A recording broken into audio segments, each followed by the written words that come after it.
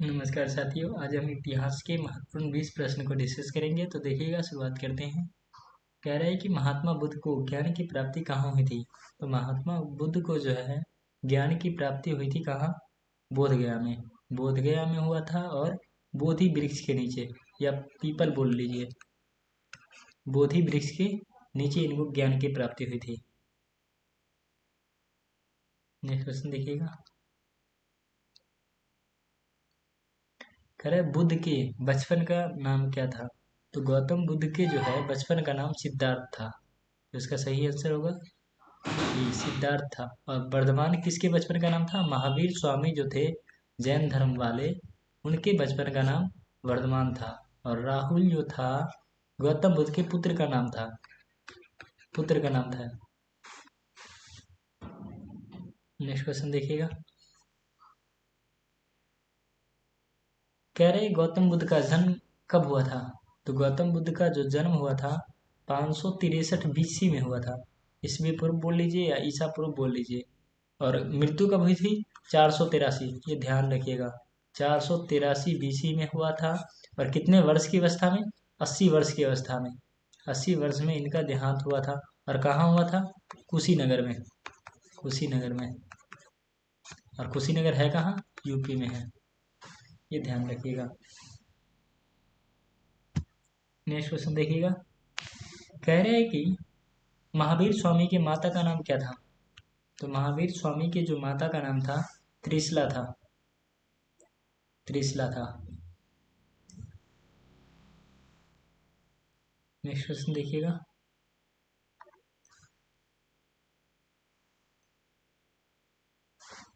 कह रहे हैं हिंदू परंपरा में मोक्ष प्राप्ति का मार्ग क्या है। तो हिंदू परंपरा में जो है मोक्ष प्राप्ति का मार्ग है, ज्ञान मार्ग भी है, कर्म भी है और भक्ति भी है। तीनों मार्ग द्वारा आप मोक्ष की प्राप्ति कर सकते हैं हिंदू में। परंतु जैन और बौद्ध में निर्वाण के द्वारा, यानी कि मृत्यु के बाद ही कहा जाता है कि मोक्ष की प्राप्ति होती है। जीते जी मोक्ष की प्राप्ति नहीं होती है हिंदू और बौद्ध में। परंतु हिंदू में जो है, माफ कीजिए, जैन और बौद्ध में। और हिंदू में क्या है? ज्ञान, कर्म और भक्ति के द्वारा आप मोक्ष की प्राप्ति कर सकते हैं। नेक्स्ट क्वेश्चन कह रहे हैं अंगुत्तर निकाय के अनुसार महाजनपद की संख्या कितनी थी। तो अंगुत्तर निकाय के अनुसार जो है महाजनपद की संख्या 16 थी। और 16 महाजनपद में सबसे शक्तिशाली महाजनपद जो था मगध था। और मगध था कहाँ? बिहार में था, ध्यान रखिएगा।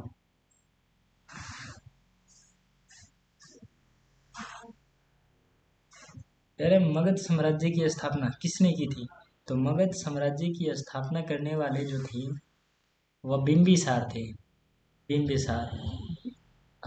वो कैसे? तो मगध साम्राज्य में जो सबसे पहले राजवंश की स्थापना हुआ था उसका नाम था हर्यक राजवंश। हर्यक राजवंश। और हर्यक राजवंश के जो संस्थापक थे यही थे। इसीलिए मगध साम्राज्य की स्थापना कौन किया था? बिंबिसार ने किया था। नेक्स्ट क्वेश्चन देखिएगा। कह रहे हैं चंद्रगुप्त मौर्य का कार्यकाल क्या था। तो चंद्रगुप्त मौर्य का काल जो था 323 से लेकर के 298 बीसी तक था। 323 से लेकर के 298 बीसी तक था।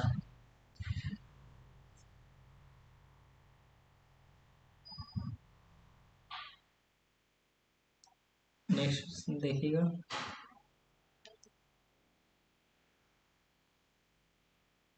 कह रहे हैं कि विक्रमादित्य की उपाधि किसने ग्रहण की थी। तो चंद्रगुप्त द्वितीय। चंद्रगुप्त द्वितीय ये जो है विक्रमादित्य की उपाधि धारण की थी। और चंद्रगुप्त द्वितीय जो थे किस राजवंश से था? गुप्त राजवंश से, ये ध्यान रखिएगा, गुप्त राजवंश से। नेक्स्ट क्वेश्चन देखिएगा।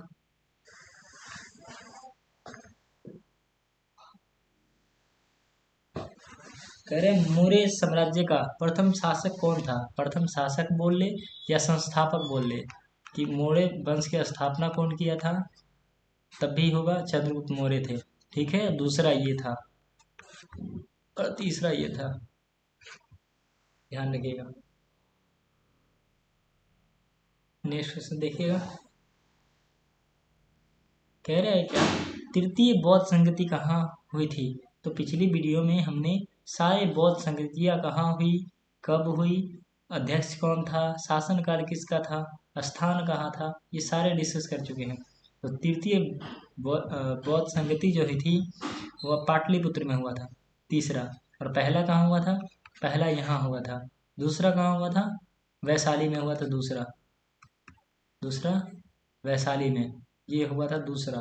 और तीसरा हुआ था पाटलिपुत्र में। और चौथा कुंडलवन। कुंडलवन है कहाँ? कश्मीर में। नेक्स्ट क्वेश्चन देखिएगा।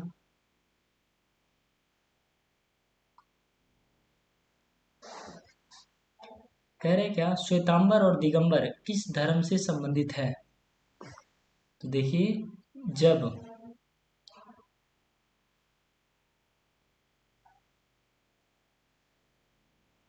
जब जैन धर्म का विभाजन दो भागों में हुआ, दो भागों में, ये दो भाग, एक श्वेतांबर और एक दिगंबर।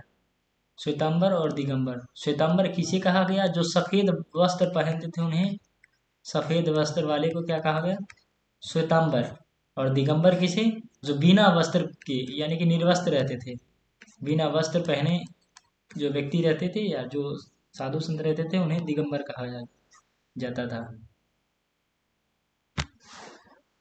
नेक्स्ट क्वेश्चन देखिएगा। कह रहा है जैन धर्म के 24वें तीर्थकर कौन थे? तो जैन धर्म के जो 24वें तीर्थकर थे उनका नाम था महावीर स्वामी। और वास्तविक संस्थापक इन्हीं को कहा जाता है। वास्तविक संस्थापक, जैन धर्म का वास्तविक संस्थापक कौन थे? तो ये थे संस्थापक। आज आज सिर्फ पूछेगा कि जैन धर्म की स्थापना करने वाले कौन थे या प्रथम शासक कौन थे? ये थे प्रथम तीर्थकर। प्रथम तीर्थकर ये थे। प्रथम तीर्थकर ये थे। और ये 23वें थे। 23 क्रम के ये थे पार्श्वनाथ। नेक्स्ट क्वेश्चन देखिएगा।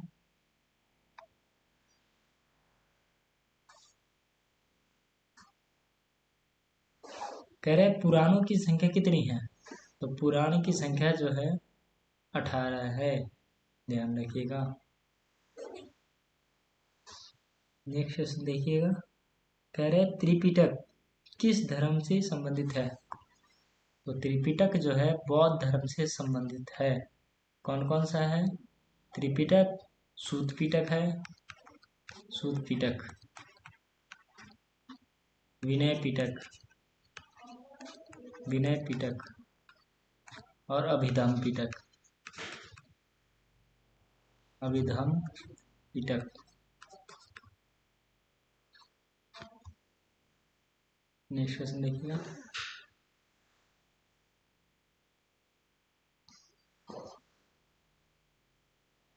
कह रहे हैं क्या, श्री भगवत गीता के महत्व पर किसने विचार व्यक्त किए थे? तो भगवत गीता पर सबने अपने अपने विचार दिए थे। महात्मा गांधी भी थे, बाल गंगाधर तिलक भी थे, विवेकानंद थे, तीनों थे। इसका सही आंसर होगा इनमें से सभी। नेक्स्ट क्वेश्चन देखिएगा।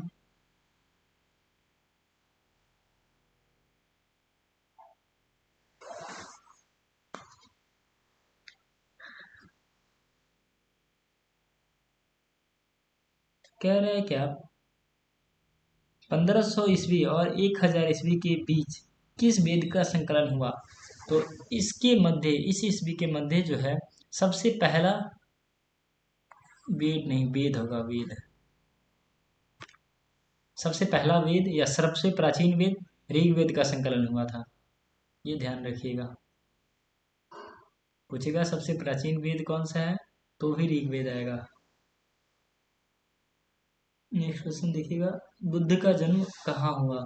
हमने अभी बताया कि बुद्ध का जन्म जो है लुम्बिनी नेपाल में हुआ था।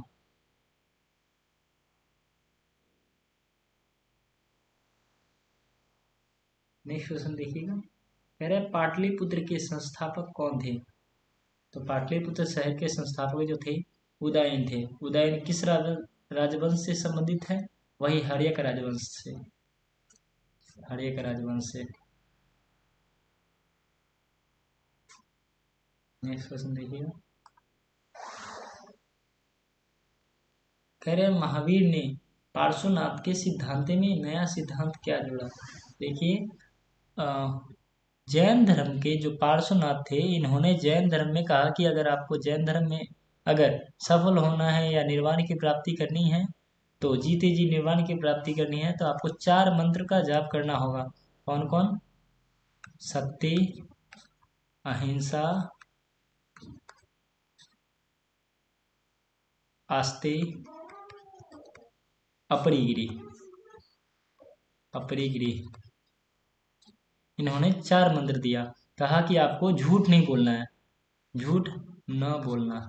सबसे पहला बात, अगर जैन धर्म में अगर चाहते हैं मोक्ष की प्राप्ति करने के लिए, तो आपको झूठ नहीं बोलना होगा। अहिंसा, यानी कि आपको हिंसा नहीं करना होगा। ये हिंसा न करना, यानी कि आप जीव हत्या नहीं करेंगे, जीव की हत्या नहीं करेंगे। जो आप मुर्गा मांस खाते हैं वो नहीं करना है। और तीसरा आस्ते, क्या होता है? झूठ न बोलना। अहिंसा का मतलब जीव हत्या न करना। आस्ते का मतलब होता है चोरी नहीं करना, आप चोरी नहीं कर सकते, चोरी न करना। और अपरिग्रह का मतलब क्या होता है? धन संग्रह न करना, संग्रह न करना। तो महावीर ने कहा कि इतना से नहीं होगा, 4 बातों से नहीं, उसका 5वां व्रत भी होगा। 5वां व्रत भी जोड़ा गया, ब्रह्मचार्य। यानी कि सीधे ब्रह्मचार्य का अर्थ मतलब कि आप स्त्री से दूर रहिए, स्त्री से दूर रहिए, तब जाकर के स्त्री से दूर रहना, दूर रहना, ये दिया था। तो महावीर ने अपना 5वां महाव्रत कौन सा जोड़ा था? ये ब्रह्मचार्य को जोड़ा था।